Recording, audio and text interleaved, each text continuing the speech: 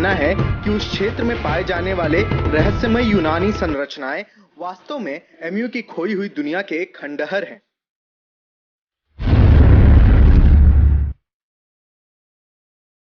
इराम of the pillars यानी कि खंभे का इराम या आद, जिसका उल्लेख पहली बार कुरान के 98वें सुराह में एक गुमशुदा साम्राज्य के रूप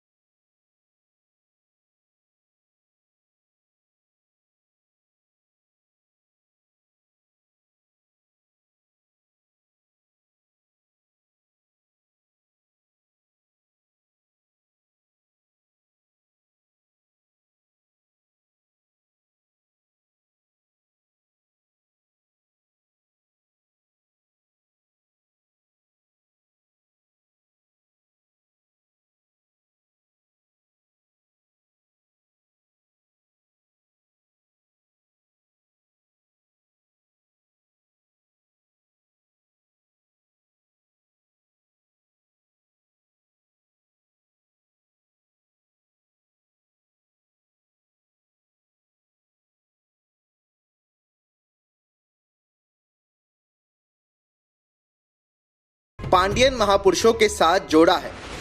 तमिल पुंजाकरणवादियों के अनुसार कुमारी कंदम के पांडियान राजा का पूरे भारतीय महाद्वीप पर शासन था। दक्षिण भारत के लोकगीतों में इतिहास के साथ उस खो चुकी सभ्यता का वर्णन मिलता है। तमिल लेखकों के अनुसार आधुनिक मानव सभ्यता का विकास अफ्रीका महाद्वीप में न होकर हिंद महासागर में स्थित कुमारी कंदम नामक द्वीप में हुआ था।